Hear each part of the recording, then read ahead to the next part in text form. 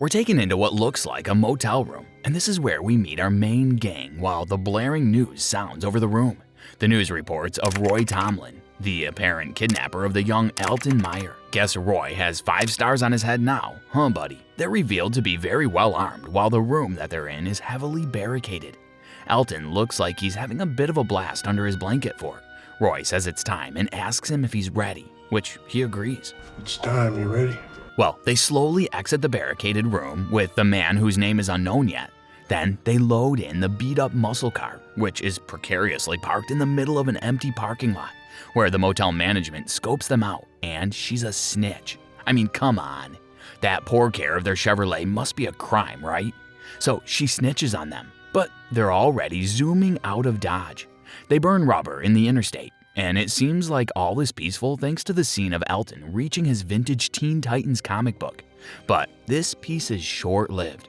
The cops are heard on their car's police scanner, and they've already got an ID on their rusty vehicle, including the plate number, the color, and the 2 white males driving it. Pop that open. They get spooked and speed up to drive along some dark forest. The shaved head dude asks Roy for what I'm assuming is night vision goggles. Then Soldier Boy asks Elton to turn off his flashlight. Hand me those goggles. And cue the title card. We're in another remote motel. Then it cuts to some suits watching the news of Elton's apparent kidnapping. One of them, known as Levi, asks if the ranch pulled this out. Then he leaves. The old geezer in the suit then gives the molding man a deadline of 4 days to get what I'm assuming is Elton back. Then they step out and it turns out that they're at the back of a church this entire time. Figures what they'd want with a little boy. So they do a little reading and a nice little virtue signaling, which is good for them, I guess. Next scene, we're dragged to a convoy of buses bussing around some savannah-looking place. Then some special forces arrive on the scene and break the chains to a gate. Federal Bureau of Investigation. The one time shows up at the middle of the preacher's self-righteous sermons, while the FBI special ops surround the outside of the building. The chief of this operation of the FBI approaches the priest, then introduces them. Apparently, he basically says that everyone in this ranch is now arrested. So, hurrah, everyone is escorted to the buses while the feds keep a close eye on them. Meanwhile, on some other roadside, the crew drives along with night vision. That is until he takes them off. At least we know his name is Lucas now, thanks to Roy shouting it. While he doesn't hit the mongrel in the middle of the road, some other idiot does. Lucas rushes over to the smooth brain that got hit and sees she sustained a bit of a head injury. A nearby 5-0 comes by to help, but Lucas is part of the Epstein export group. So he, the cop, and Roy end up in a Mexican standoff, which ends with the copper eating lead. Get back in the car! Roy goes to the cops, impersonates the now game ended one time, and asks for backup and medical support. After that, it's back to the road trip. In the car, Roy reassures everything is fine. Even though they just game ended a cop in broad nightlight, Roy remarks that the copper might have survived thanks to his handy Kevlar vest. Back at the Fed side, the detained ranch members are all being gathered and categorized, and at the same time asking what they know about Elton Meyer.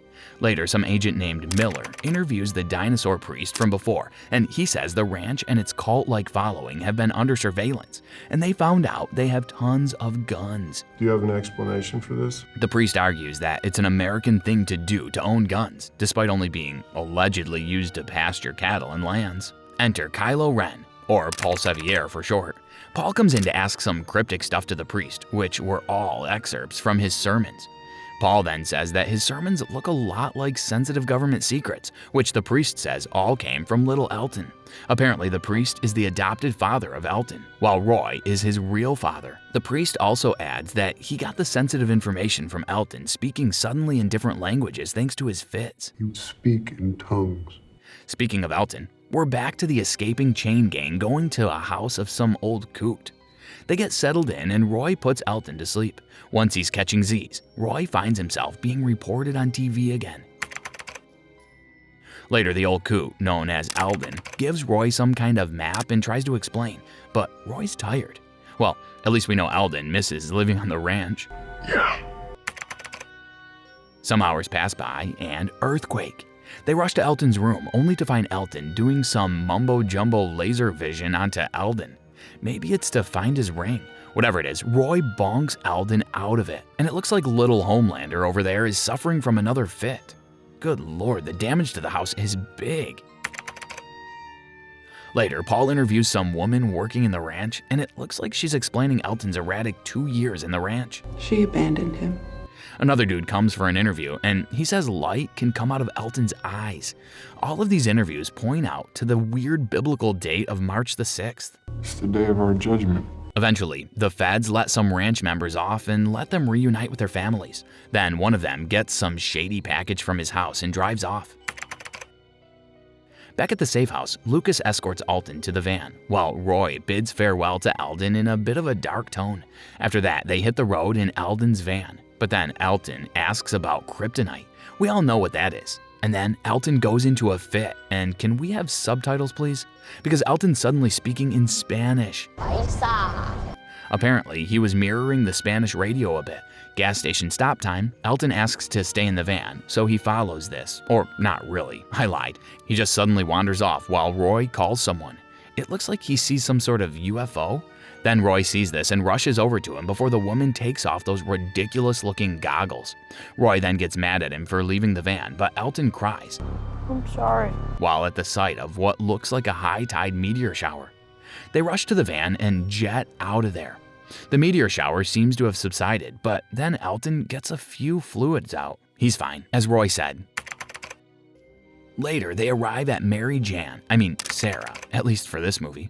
The two seem to be close. Then Sarah and Lucas introduce themselves to each other. I'm Sarah. They all settle down indoors. Eventually, after a few gun cocking sounds and some board games, Sarah puts Elton to rest. Once she steps out of Elton's room, the three discuss how he's sick and he's getting weaker. Roy remarks that Elton just has to hold out for 3 days. And get him there by Friday. Later, the shady guy with the package is back, spying in a car at some house. Turns out, the shady package were America's Second Amendment painted in gunmetal silver. They strap on, step up, and give the door a ring.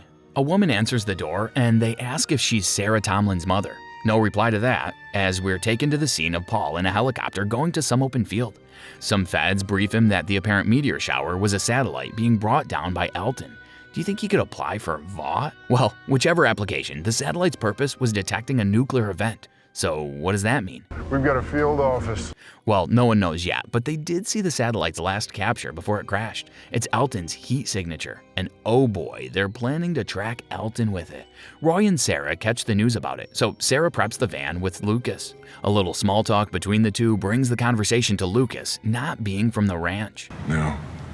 But he knew Roy because they were childhood friends. Some time passes and we see Elton playing with some Legos. Then Sarah brings them to the car. While riding in the car, Sarah asks if he purposely brought down the satellite, to which he confirms. He didn't like the feds watching his every move and that he actually overheard the coppers saying they're looking for him. They're looking for me. But at Sarah's home, the two shady men break in and find out about the rental Isuzu. Then we're taken back to Elton's coughing episodes. They pull over, and at first he seems fine, but then he flashes lights from his eyes like a dubstep concert. He's not looking too good afterwards, but Roy and Lucas have a little disagreement whether to take him to a hospital or not. Elton says they have to go as he spots another Fed satellite on their tail. We have to go. The father and son take a lovely hike while Sarah and Lucas take the car to shake the coppers off. Roy and Elton make their way into the dark forest, then they hide, as some helicopter is trying to scan the area. Neat cave. How convenient. That would have just been lovely, if not for the fact that Elton charges up and detonates like the good old Manhattan Project. At Sarah's side of things, a knock on the door is heard and they prepare for the worst of feds. But it turns out that it was just the nuclear father and son combo. Elton actually looks rejuvenated from that explosion, so I guess we can conclude that he might be a radiation eater like Godzilla?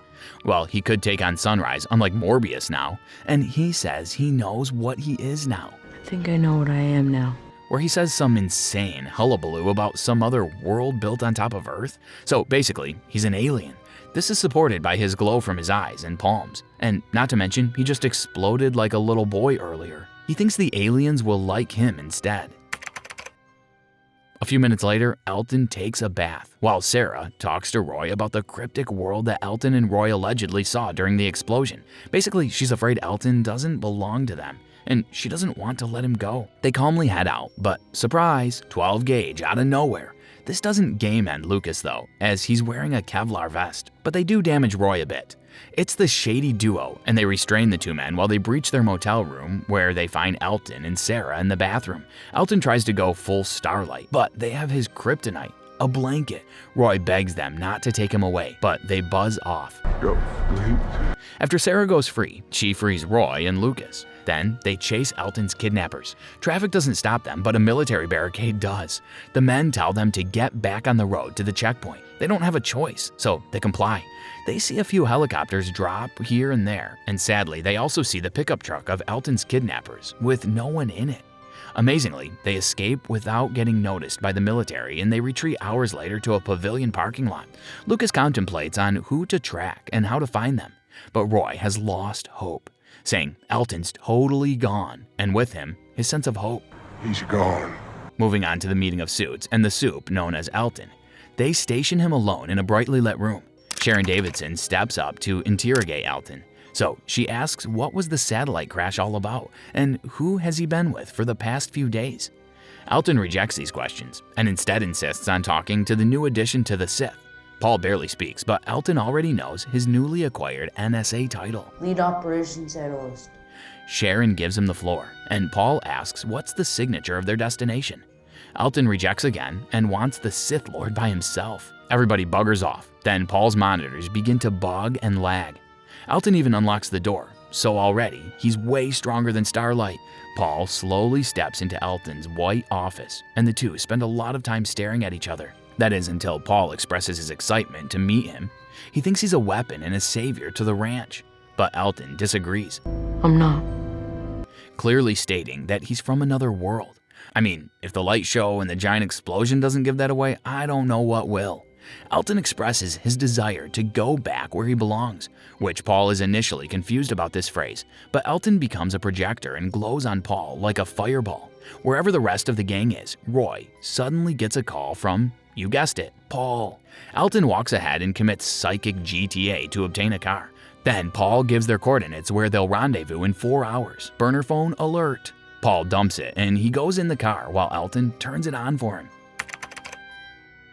Meanwhile, the rest of the suits are left wandering in pitch black darkness, probably thanks to Elton and Paul escaping. Eventually, thanks to their backup generators, the suits and the military do get the base operational and running again, so they move out and the hunt begins.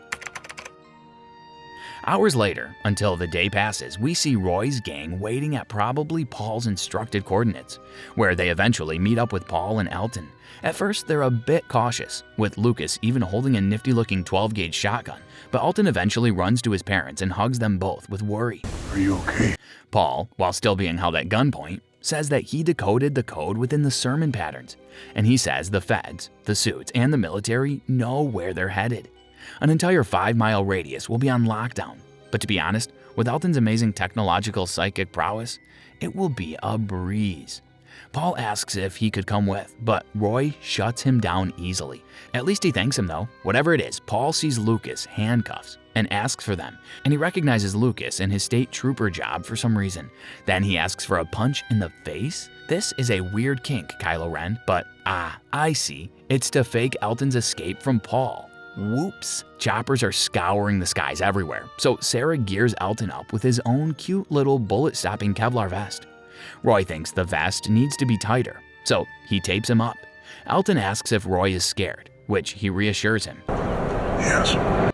But Roy seems to like to worry about him. I mean, come on, duh. He's his father, so that comes naturally. Roy then helps Sarah vest up, and they're all probably worried about Elton's fate. So bring in the group hug, except Lucas? That's just mean. Well, Lucas is busy plotting their way in, and Roy thinks he's done a lot of help. Somewhere down further in the road, another military barrier is set up, while the family's busy thinking carefully about their next route. Elton uses his powers to see which road is clear, and after his insight, Sarah gets him and herself down for cover. They speed near the barricade, and Elton says they've spotted. They've seen you. Lucas was about to unleash a cloud of lead, but Elton says the soldiers can only return fire. Prepare for some twisted metal as they break through the barrier. That was honestly more peaceful than I anticipated. A few meters more, and Elton says this is the place. Here! He and Sarah rush out into the woods, while Lucas and Roy contemplate a bit. Then burn rubber. A Humvee and a helicopter are hot on their tails, while Elton and Sarah arrive at what Elton perceives as a sweet spot. Elton takes a breather, then an earthquake chimes in. Then his eyes glow like a Christmas tree. Nearby, Roy's tires give out from the rough terrain while being chased by Humvees and Hellos. That doesn't matter as Elton charges up and explodes like a big light bulb. The explosion is so large and vast, it can be seen from outer space. After the explosion, Sarah gets up and sees that Elton has uncovered some freaky-looking buildings. Even Roy and Lucas, who are driving to their last wheel, are at shock and awe of those funky-looking buildings. Sadly, they get too distracted and the car flips over. Somewhere nearby, even Paul sees it. The explosion that Elton caused is making a big shockwave that seemingly just keeps expanding until they reveal funky-looking buildings that used to be invisible. The public is beginning to take notice, and the military eventually halts their pursuit of Roy and Lucas. Sarah can't believe her eyes. Then a few glows of light come out. She's still trying to make out what those light beings are. As they slowly appear everywhere, even in those weird-looking buildings, Sarah slowly nods in agreement to her son, and he nods back, with the light beings slowly gathering around him. He concentrates and the shockwave begins to implode, as seen from space. Just like that, Elton became Houdini and disappeared. Sarah already knew this was going to happen, but she's in a bit of disbelief. At the crashed car where the two rugged men are, they have the unfortunate pleasure of waking up upside down. Roy asks if Lucas is alive, but all Lucas wants is to go home to sweet old Texas. Their troubles don't end there, as a cluster of soldiers surround their overturned vehicles. Some time passes and the FBI interrogates and detains Lucas, to where even he doesn't know where Sarah has gone. The FBI agent argues that there were like 1 million security cameras and equipment in that area, but somehow Sarah just walked away undetected. He's in total disbelief, but Lucas won't change his story because he strongly claims that's what really happened. The FBI agent is done and says there's a specialist coming in to question Lucas. He departs and surprise, surprise, the specialist is none other than Paul Sevier. At some backwater gas station, we can find Sarah, who's cutting her hair in the bathroom as she slowly smiles to herself and cuts off her ponytail.